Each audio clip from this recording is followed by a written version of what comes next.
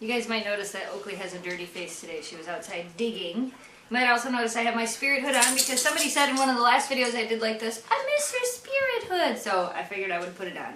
Today we are going to talk about how to prepare for bringing a new puppy or dog into your home. We're going to talk about all the things that we can think of that you need to have. I'm sure I'm going to forget some, so if you can think of something during or after the video that we may have forgot, post it in the comments below. So if you're looking for more of a list of stuff, there'll be a list in the comments below. Also, pretty much everything we're going to talk about in the video today, down in the video description, I'll have links to where you can buy those things. We're not playing a tooth game, we're doing a video. So the first and probably most important thing you're going to need is love, commitment, and patience.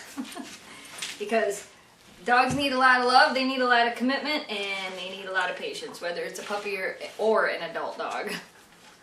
But most of you already know that, so we're going to get to all the other things that you may be wondering about. One of the things you need to do before bringing the new puppy or dog into your home is puppy-proofing your home. Whether it be a puppy or an adult rescue dog, you definitely want to make sure that you don't have things laying around for them to chew on. Loose wires, just little things. You want to make sure that everything's picked up from the floor because puppies especially, anything that they can find to chew on, they're going to chew on. So you want to make sure that there's nothing left laying around for them to chew on. You don't want them to get into a bad habit when you first get them. Another thing you want to do before you even bring your puppy home is figure out where the puppy or dog is going to sleep. Which room they're going to be in, if you're going to have a specific room, if you're going to put them in your bedroom, if you're going to put them in a room away from you because, you know, they do cry at night. It's another thing you kind of want to figure out before you bring your dog home. Another thing you should do before you even bring the dog home is choose a vet. You can call around, you can talk to your vets, talk to friends who have pets and see what vets they use, but make sure you choose a vet that you're comfortable with. Now on to the stuff you're going to need to buy. You're going to need a collar. Collars are important. This is the walking collars that we use for our girls. These are the combo collars that I was telling you guys about. You're definitely going to need collars. Dog tags with their name and your phone number on them. Very important to have on the collar. Leashes, of course. I actually have, for all the girls, I have a 4-foot leash, a 6-foot leash, and a retractable leash. And then I have a 50-foot training leash for training. You don't necessarily need all that stuff to start, but you do need at least one. A kennel. If you're going to kennel train, crate train your dog, you're going to need a kennel. Some people choose to do the room training where they keep the dog in one room. I always like using the kennel. I just think it's a safer alternative. Choosing a kennel size, a lot of you guys always ask me that. This is Memphis's kennel. This is a 36-inch kennel.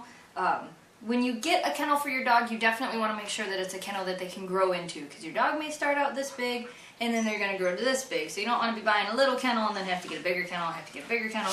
You can buy kennels that have separations in them because you don't want them to have a whole lot of room when they're in it because if they have a whole lot of room, they may go to the bathroom in the corner and then sleep up here. So you can buy them with separations in it. I've never had a problem with it. Like I said, this is a 36-inch kennel. If it's an adult dog that you're adopting and bringing home, you're already going to know how big they are, so you'll be able to adjust the kennel size based on what size they are. Kennel beds. I didn't put a bed in Memphis's kennel until she was about 6 months old. Until she could actually really control her bladder, I didn't want to put a bed in there. But once she was 6 months old, I got a nice kennel bed to put in her kennel. Same thing with Oakley. Oakley has a kennel bed in her kennel, but we don't close the door on her kennel anymore. Hopefully pretty soon we won't have to close the door on Memphis's kennel anymore. Another thing, identification-wise, that you may want to get and talk to your vet about would be a microchip. You can have this done when you get your puppy's first shot. A lot of times people get it done when they get their dogs spayed or neutered, but that is another thing all of our dogs have is a microchip. Nature's Miracle may become your best friend if you have a puppy or if you're adopting a senior dog. Dogs can have accidents at any time, at any age. This will become your best friend. As you can see, I still have some because they do have accidents. Nature's Miracle is really great for removing stains and odors from your carpet. I usually have some here and I usually keep some in our camper too, just in case. But this is definitely something you want to have because when and if the accidents happen, these are nice to have. Another thing that's really nice to have is a spot bot, which is just a little, or a carpet shampooer. It's just a little carpet shampooer that, you know, does a circle about that big. Those are really nice to have too. Not necessary, but if you have the extra funds, you might be happy you got one. Along the lines of potty training, you can get some poochie bells to teach your dog how to ring bells every time they want to go outside, right? We did this with Memphis and Shelby as puppies, and all we did was we hung these on the door, and every time we took them outside, we would just take and we would make them touch the bells. Make them touch the bells. Touch the bells. You know what the bells are, don't you? And eventually they realize when the bell rings, the door opens and they get to go outside. That's how we trained our dogs to do it. They're really nice to have. That way, as your dog's learning potty training and you're in one room and they may be wanting to go outside, you can still hear them. And along the same lines, potty training, it's nice to have a pooper scooper for outside. Make sure that you have poop bags for when you're traveling. And if you want to, we have a doggy septic tank outside. When we clean everything up, it goes into a septic tank, which we talked about that in a video before, and I'll put a link to that and where you can get a septic tank. Again, not necessary, you don't have to have it right away, but something that you may want to get in the future after you get your dog. Puppies like to chew, adult dogs like to chew, so you definitely want to make sure you have chew toys. Oh, you're going to take that antler? You want this antler? You can have that antler? Okay, you take that antler. The antlers are nice. We give them to our dogs. We gave them to Memphis as a puppy. Kongs are nice. You can take these and you can pack them full of peanut butter, or we have other recipes of things you can pack them full of. Stick them in the freezer. They'll keep your puppies occupied for a while. This is actually a puppy Kong. The blue ones are a little bit softer. The black ones are an extreme Kong. There's nothing in them. I'm sorry, there's nothing in them. I should have put something in them. Either one works. We got the puppy one when we got Memphis just because it was on sale. More chew toys. Lots of different things to play with and keep your dog active. Rope toys. Rope toys are always fun. You can play with your dog with some rope toys. You like a rope toy, huh? Yeah, you got it? You pull that way, I'll pull this way. I'm gonna let you have it. Okay, you take that. Bowls are very important. You always want to make sure you have a bowl for food, a bowl for water. We actually have multiple bowls for water. This is actually Shelby's food dish, but my water bowl looks a lot like this. But food dishes, very important. You gotta have something to feed your pets out of, right? There's nothing in there, sorry. Food, another very important thing. You guys pretty much all know by now, we feed our dogs Dr. Tim's Kinesis. It is a high quality dog food. I'll put a link down in the video description to where you can buy it. What? You want some food? Want some food? This is actually what I cook my food in when I take the dogs camping, and then for when we're here, I have a 44-pound container to keep the dog food in, because yes, dog food can expire, so you do want to keep it in an airtight container if possible. Training treats, always important, because whether it be a new puppy or a rescue dog, you're going to have to work on training. A rescue dog may know tricks, but you want them to be able to learn from you also. So the little training treats work the best. These are the Zook's treats, which we have used many times. They're nice because they're small. Here, I'll give you each one and then I'll show the audience what they look like. See, they're just a little tiny, you got it? A little tiny treat. There you go, now you can have it. You want one? One more? One more? There you go. Other important things, a brush, multiple brushes. I actually have a couple different brushes. This was the one I grabbed. This is a Furminator for double-coated breeds. These are awesome. Actually, for any breeds, these are awesome, but I use these quite often on our dogs. You can also use a slicker brush, undercoat rake, things like that. Those are really nice to have. I do have a big collection of dog brushes because our dogs shed like crazy.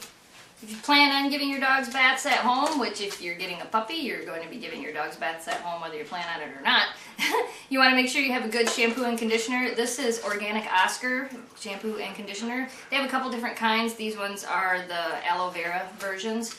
Nice to have. You just never know. Sometimes your dogs get, especially puppies, if your puppy has an accident in the kennel while you're gone, you're going to have to give your puppy a bath, so you want to have good shampoos to be able to do that. Other little things you might not think about, nail clippers. If you're getting a puppy, it's good to start getting them used to these when they're young. If you're getting an adult dog, hopefully they're used to them. If not, you can work with them and get them used to letting you cut their nails. If you're not comfortable with it, you can always take them to your vet or to a groomer. Round-tipped scissors. See the end of those? See how they're not pointy? This I use for trimming the fur on their feet, just their feet, the pads of their feet. When the fur starts to grow real long, use these. Might not be something you think about, but it's something we have. Grooming wipes. These are the Pawganics Naturally Safe grooming wipes. These are really nice to have. Oakley has a dirty face. I probably should have wiped it before the video, but you're just so cute with a dirty face. You are cute with a dirty face. These are nice to have. Not a necessity right away, but something you should eventually invest in. Another thing that's important to have if you're going to have a dog is a vacuum cleaner. I have two. I have the Dyson canister vac, the D23 canister vac, and then we also have the Dyson DC35, the digital slim. This we kind of use in between the big vacuumings because it's cordless, which is kind of nice. Can I get ya? Oh, it's gonna get ya. Gonna get ya? You don't care, do you? They're like, whatever. I'm gonna get you in my fist. I'm gonna get you. So this is kind of nice because you can use it in between the big vacuumings, and then I have the canister vac. I have a canister vac instead of an upright because we have mostly hard floors in our house, so this is kind of nice. But a good vacuum cleaner is a necessity. Doesn't matter the brand, this is just what we choose to have. You can choose whatever vacuum you want. I like my Dysons. So that's pretty much the things that we thought were the most important things that you need to know before you get a puppy or bring a rescue dog into your home. Again, the most important out of all of those is the love and the patience and the caring. They're going to need that more than anything else. It doesn't matter what kind of fancy toys or what kind of fancy chew things you buy them or anything else. They just, they need the love and the caring the most. Don't you? Oh, Memphis, I love you. And what they give you in return will make all of the hard work of taking care of them worth it. Won't it? It'll make it all worth it. Won't it? It will. If you guys have any more tips of what you should have before bringing a new puppy or dog into your home, leave them in the comments below. Don't forget to like this video, share it for us if you haven't, subscribe if you haven't. Thanks for watching. Stay positive, dream big, and we'll see you soon. Goodbye.